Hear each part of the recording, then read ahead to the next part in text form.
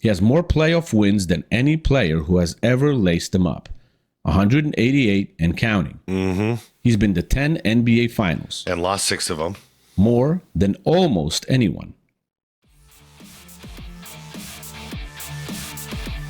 All right, welcome back to the show, everybody. Hope you all are having a good day so far. So my buddy Chaps in the member section went ahead and threw me a donation to check out this video here. When I say donation, I mean super thanks. I always want to call them super chats because of Twitch, but anyways, the super thanks I believe is the proper term. So thank you very much for the donation. This one is to react to the basketball show, and it's been a little while since I've done that. So this one is titled "LeBron's Longevity Stats Are Worthless in the NBA GOAT Debate." And I mean, right off the bat, I agree with that statement. As I always say when it comes to this thing, longevity alone doesn't mean much to me. Longevity combined with winning, now we got something special. And that's when I bring up guys like Tom Brady, George Foreman, you know what I mean? Like guys who were getting it done at an old age. And it's hard to, it means a lot more at that point. But anyways, what LeBron has been doing since 2020, really, if you want to just say like from 2021 on, it's kind of been just 5 years of like middle ground play. You know what I mean? And the thing is, if he would have had like 7 championships at this point, then him playing mediocre at his age, I would say that's okay.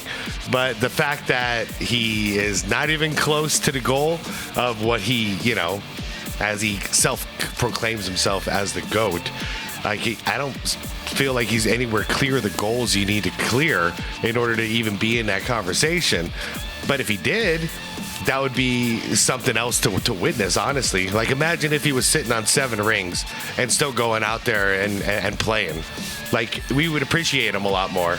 But that's not reality. That's all fabricated. That's all fantasy. The reality is he's got 4, and the last 5 years have been absolutely mediocre as he continues to chase that ghost from Chicago. So anyways, without further ado, I want to get into this, you guys. I'm going to link the original video down below in the description. So if you want to check out the basketball show, I know a lot of you guys comment on this channel, and I watch. Actually, I lie. I don't actually watch this channel a lot. I listen to this channel a lot when I'm doing like stuff around the house, or if I'm like going on a walk with my dog or whatever. So actually, I tune in to a ton of these videos, and I know a lot of you guys do too. But anyways, the link is down below in the description of this video if you want to check out his channel. You also see a list of channel members. Shout out to you guys. I appreciate you all. Like the video if you could. It helps out a lot. And hype it if you got any left. I'd appreciate it a lot, guys. I say let's do it. LeBron James' longevity stats are worthless in the GOAT debate. Imagine the NBA's greatest debate raging for decades. Michael Jordan versus LeBron James. And every time Jordan's name comes up, the same weapon gets drawn: longevity. LeBron has more total points than anyone who's ever lived. He owns the record for playoff wins. Media, fans, analysts, they chant these stats like gospel. Well, it's because they're afraid of quoting averages. And averages is what matters, honestly. Using them to bury Jordan's legacy under mountains of volume. But here's the uncomfortable truth they don't want you to hear. If longevity is the ultimate crown, then you don't get to cherry pick only the shiny parts of it. You have to take the ugly ones too. And LeBron's ugly ones, they're historic. Mm-hmm. Today, we're exposing why longevity stats are completely worthless in the GOAT conversation. Yeah, it's not like he's 7-0 in the finals. He's 4-6. So what the hell is the longevity thing? It's such a weird debate, yeah, or like, I guess, topic, if you want to call it that. Criteria, I guess, is the proper word. It's such a weird criteria. Who cares about total points? Like, that would never really mattered in the past. You know what I mean? I'll put it so simply. If total points is what matters, then Kareem was the GOAT all along.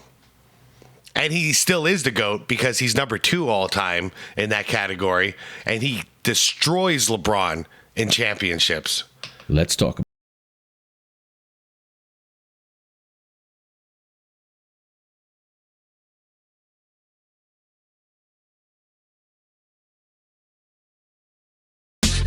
Let's be brutally honest from the jump. Longevity in the NBA is an incredible achievement.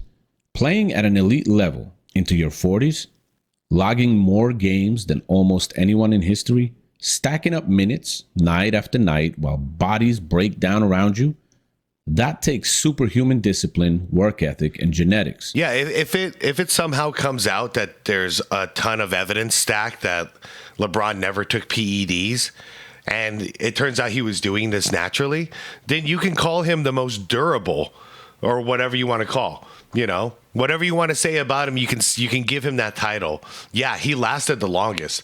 Give him the cockroach award, whatever you want to do. But that alone still doesn't mean he's the greatest just because he was able to do it the longest. But I'll tell you what, that'll be a hell of a feat if it turns out he did it naturally. Maybe something else, but who knows at this point.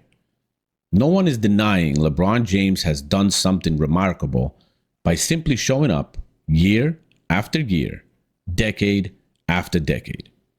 So far, he's the Iron Man of modern basketball. But in the GOAT debate, the conversation about who was the single greatest player ever, when you strip away everything except pure greatness, longevity becomes a trap. A seductive illusion that rewards quantity over quality. Yeah, yes. Accumulation over domination. Yes. And survival over supremacy. I like where he's going. I always like to think of it as a production line. And imagine my factory last 20 years, but pumped out 1,000 units in those 20 years. Whatever, I'm just making stuff up. Now, say somebody else to my left over here has a factory that lasted 10 years, but in those 10 years, they were able to pump out 10,000 units. Who had the better factory? I'd have to say the guy to my left had a better factory. He was producing way more in less time.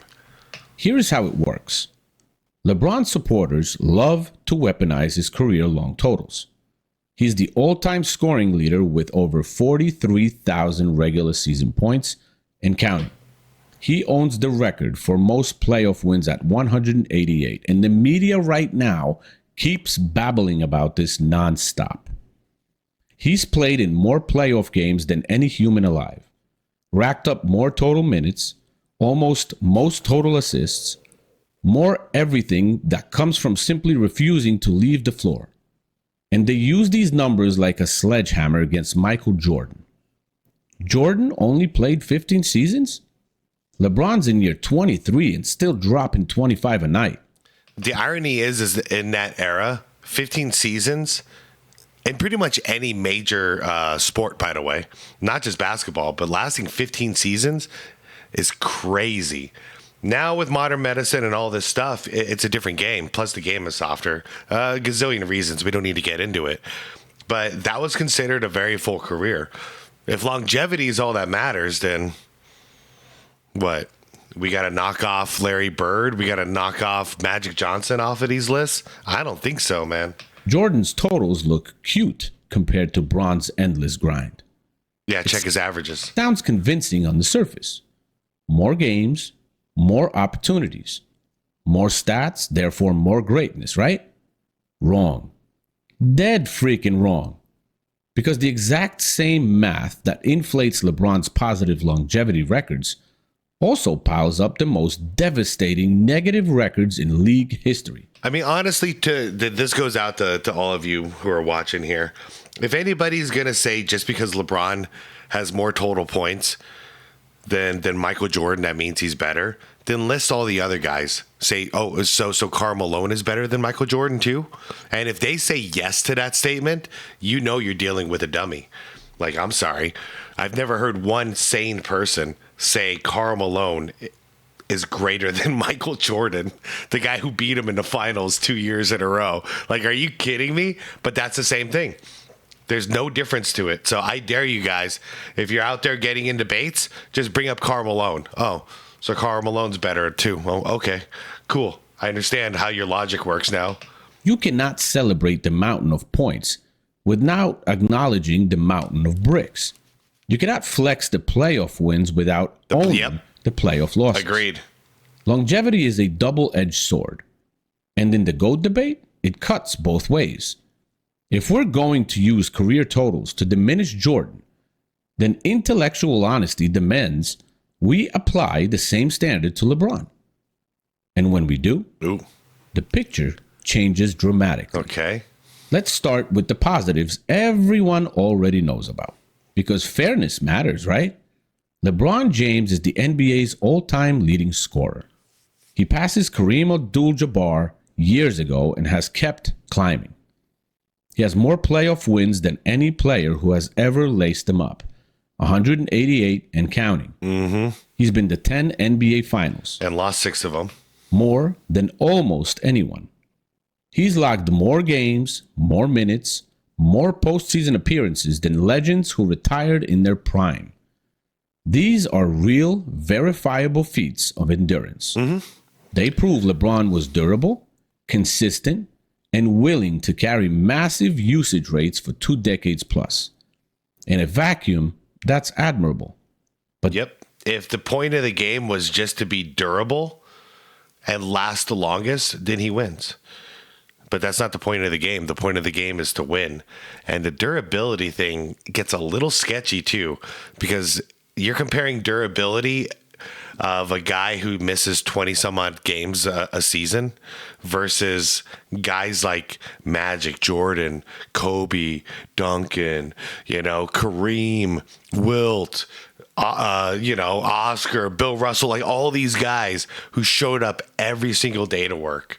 So is that really your best worker of all time? Somebody who calls in sick 20 days out of the year, but he just will never quit? Or do you want the guy who shows up every day to work, and even though he's showing up every day, he's producing more than that other guy who's calling off work 20 days a year? The GOAT debate isn't a vacuum. It's about peak dominance, efficiency when it mattered most, and winning at the absolute highest level without the crutch of endless extra seasons. Now flip the coin. Because every extra game LeBron played didn't just add points and wins. It added misses, turnovers, and defeats at a historic scale. Yes, sir. Start with the most glaring one. Field goals missed. LeBron James has missed 15,541 field goals in his career. Not attempts, actual misses. Mm-hmm. That is the all-time NBA record, number 1 by a wide freaking margin. Yep. Think about that. He has literally missed more shots than any player in the history of the league. More than Kobe Bryant, more than John Havlicek, more than anyone who ever shot a basketball professionally. And the irony about that is the LeBron fans used to always quote and bring up the fact that Kobe has the most career misses. And now their king has that title too, but they don't bring it up anymore. The same longevity that let him score more than anyone also guaranteed he would brick more than anyone. Volume shooting creates volume bricks. It's simple arithmetic. And yet you rarely hear that stat celebrated on First Take or in LeBron highlight reels. Yep. They ignore it. Let's see if Nick Wright is going to talk about any of this. But it gets worse. Turnovers. Mm-hmm. LeBron owns the all-time record there too.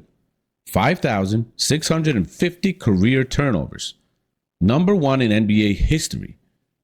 And he didn't stop at the regular season, guys. And one I always point out is that he's nowhere close to the all-time assist record. He's nowhere close surpassing John Stockton there. Yet, he is by far the leader in career turnovers. So we want to talk about him as a playmaker, as a point man, as a pass-first guy. Why does he have the most points of all time, but not even close to the most assists of all time? And even if he was, why is he the leader in turnovers? Like, why? Magic's not up there. You know what I mean? John Stockton's not up there.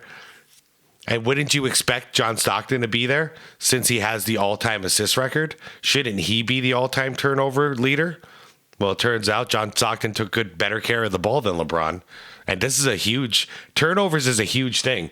Like I said, if he was leading in all-time assist, this would be a good cancel out. Because, all truth being said, this coincides with this. It's just a funny argument to remind LeBron fans of. Oh, he's got the most misses too. But this happening without the all-time assists, now he got something. He also leads the league in playoff turnovers with 1,073.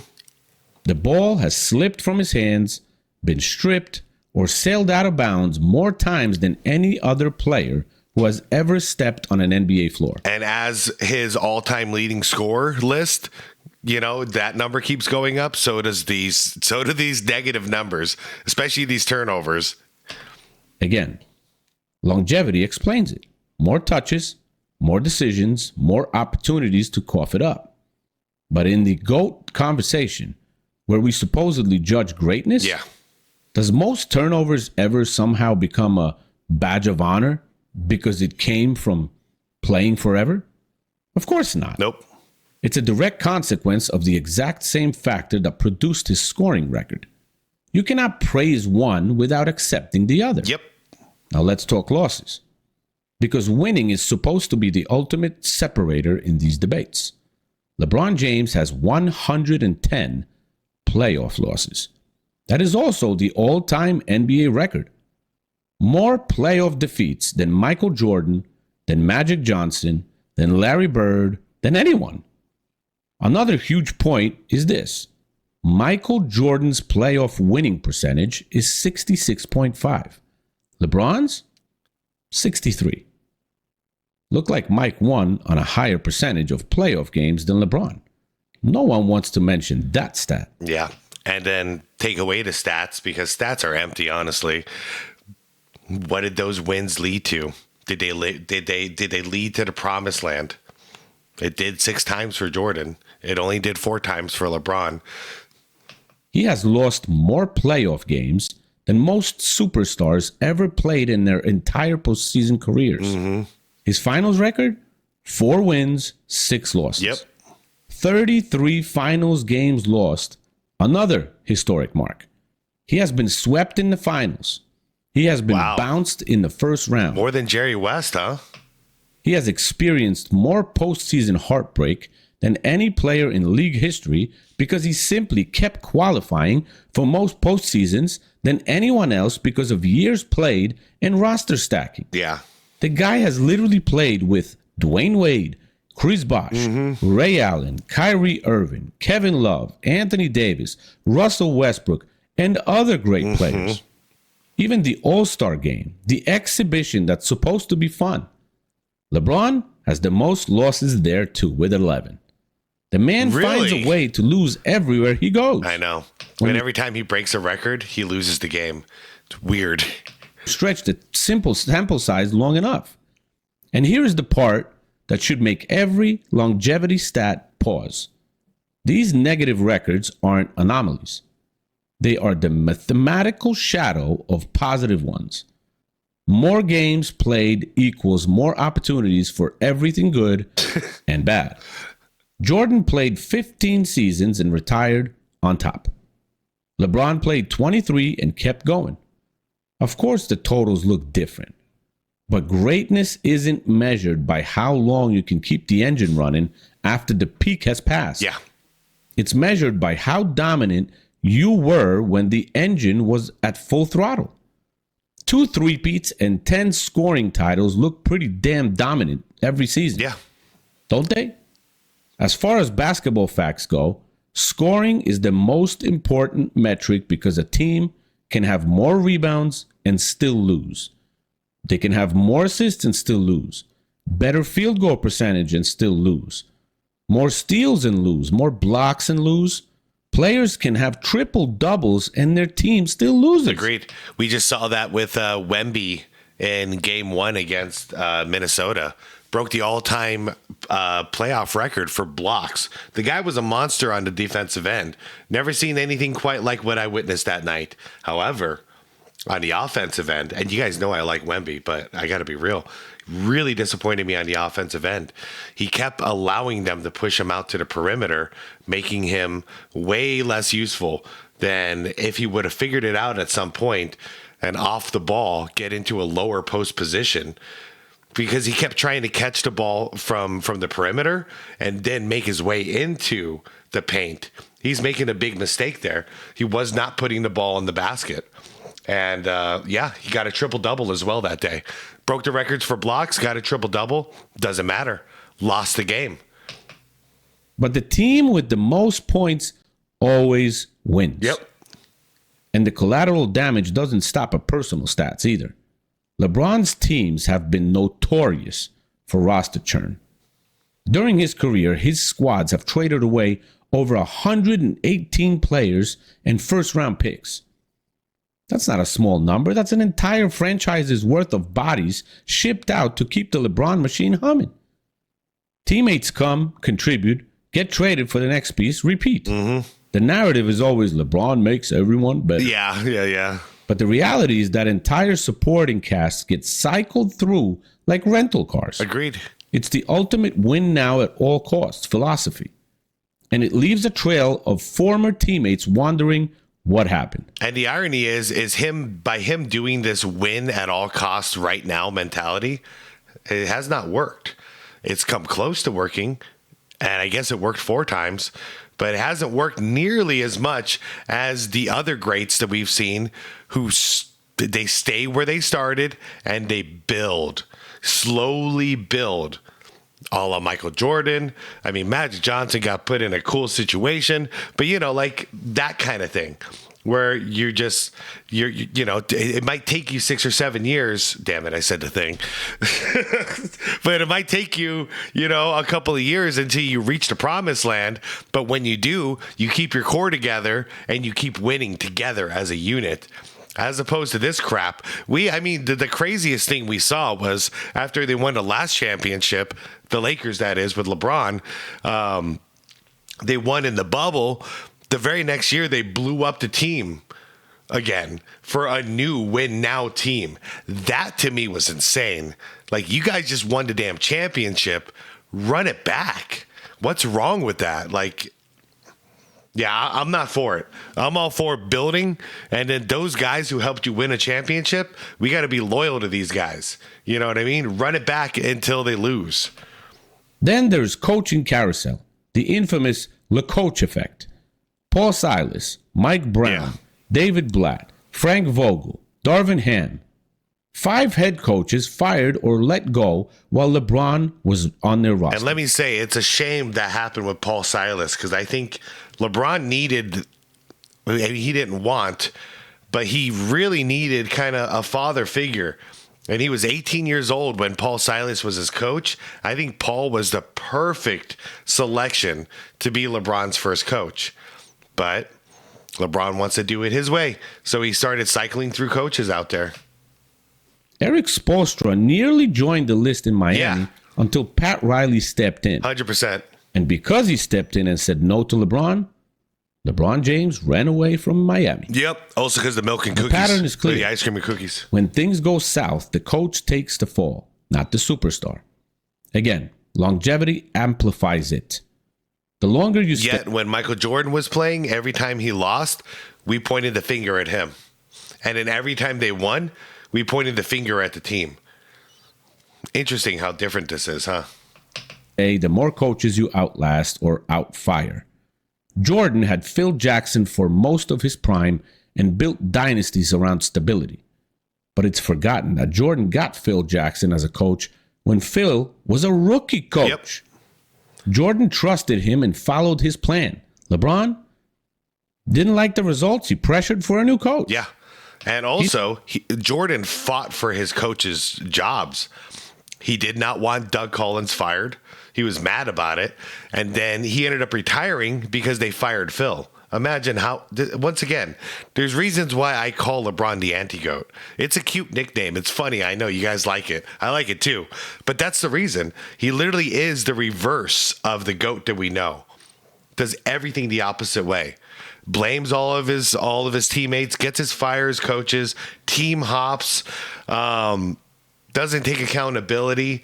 When he wins, he credits himself and says he wants his damn respect. And when they lose, he blames everybody else. Unbelievable what kind of a contrast we're dealing with here. Didn't outlast the bad time to see the good time. It's never his fault. Yep. LeBron's path has been defined by constant upheaval in the front office and on the sideline to chase the next ring. And for the ultimate statistical flex that no one talks about, LeBron is the only player in NBA history, listen to this, with 2,500 or more missed two-pointers, 2,500 or more missed three-pointers, and 2,500 or more missed free throws. Wow. The triple brick crown. Only one man in the history of the game has achieved that dubious milestone. It's the perfect symbol of volume over efficiency. Yep. He has attempted so many damn shots of every type that he has missed historic numbers of every type. Efficiency merchants will point to his career field goal percentage hovering around 50%. But the raw volume of bricks tells a different story. Yeah, and you gotta look at the shot chart. So anything outside of about 4 feet, his percentage is abysmal. So at that point, we got to compare him to centers. You know what I mean? Compare him to a guy like Shaq, David Robinson, Tim Duncan, Kareem, Wilt Chamberlain, whatever. You know what I mean? We got to compare it to players like that who play right under the basket, because that's where 90% of LeBron's points is coming from. And there's not a problem with that, but you can't compare him with shooting guards, who are getting their points from a variety of places. And with Michael Jordan, he maintained that average pretty damn well throughout that entire court. LeBron, it's only right under the basket. So once again, compare him to centers. Don't compare him to guards when we're talking about field goal percentage. One that longevity made inevitable. Here is the deeper philosophical point. The GOAT debate should be about transcendence. It should be about the player who at his absolute peak bent the game to his will in ways that felt superhuman. Yeah. Jordan in the 90s. The mid-range assassin who never needed super teams, who posted efficiency numbers that still hold up today, who went 6-0 in the NBA Finals with 6 Finals MVPs. Yep, 1 for 1 in the NCAA championship, 2 for 2 for Olympics, 1 in 84, 1 in 92. And then even there was another FIBA thing he won gold in too, right? The point is, you could say he's easily 9 for 9 in championship situations, make or break situations in a championship. And LeBron is 4 and 10, but that's not even including the Olympics. It gets worse if you include the Olympics, like I did, because we got to throw in that bronze. Jordan also always had less from his supporting cast than LeBron. 100%. And here is the illustration perfectly representing that. LeBron's peak was also ridiculous, especially those Miami years. But when we start padding the resume with 23 seasons of accumulation, we dilute what actually separated the greats from the immortals. We turn basketball into a participation trophy where the guy who simply refused to retire wins by default. Oh, so Vince Carter's the GOAT. Longevity proves you were healthy and committed. It does not prove you were the greatest. Kareem Abdul-Jabbar played forever and has skyhook records, but no one calls him the undisputed GOAT over Jordan or Magic. But he was the all-time leading scorer. He had to be the GOAT, right? Freaking LeBron fans. See you in the comments, LeBron fans. Bring something new this time to the comments, will you, LeBron fans? Like, just something fresh, some fresh argument that you can pull out of your ass as to why LeBron is the greatest. Try something new. Don't just bash me. That's getting boring. Just try something creative. please, just today in this one video, try something creative. Make an actual statement as to why he's the GOAT. Don't just bash what I'm saying. Convince me. Karl Malone has absurd durability stats, but the conversation never ends with the mailman. Why? Because we instinctively understand the ring's peak dominance and closing out championships matter more than raw career totals. Yep. Yet suddenly with LeBron, longevity becomes the ultimate tiebreaker. It's inconsistent reasoning at best, selective memory at worst, laziness. Hold on. Suddenly with LeBron, longevity becomes the ultimate tiebreaker. And that's so stupid. Guys, if LeBron was 6-0 in the finals and Jordan was 6-0 in the finals, then longevity or some other factor would be the tiebreaker. But we're not there. 4-6 versus 6-0. There is no tiebreaker. You can't get to a tiebreaker when that's what we're looking at. It's inconsistent reasoning at best, selective memory at worst, laziness most times. Mm-hmm. Think about it like this. If we gave every all-time great an extra 8 seasons on average production, what would happen to the record books? Jordan would have more points than LeBron has now, but also more misses, more turnovers, more losses. The totals would balloon for everyone. Longevity would stop separating anyone because everyone would have it. Yep. The true separators, efficiency, winning percentage in high-stake moments, individual dominance without needing constant roster overhauls, would remain exactly where they belong, at the top of the mountain. LeBron James is an all-time player. Top 5, maybe top 3 by some estimations. Not mine. Depending on how you weigh things. Yeah, agreed. His basketball IQ, passing vision, physical freakishness changed the game. No one is erasing that.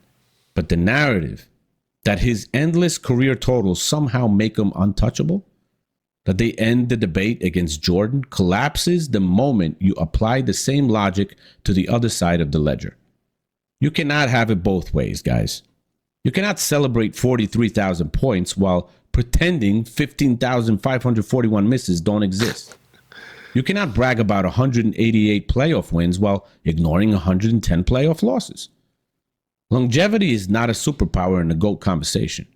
It's a statistical illusion that rewards the player who simply stayed the longest. Mm-hmm. So the next time someone hits you with, but LeBron's totals though, hit him right back with the full picture. The king of points is also the king of bricks. Yeah, hit him back with Karl Malone. The king of playoff wins is also the king of playoff losses. Mm-hmm.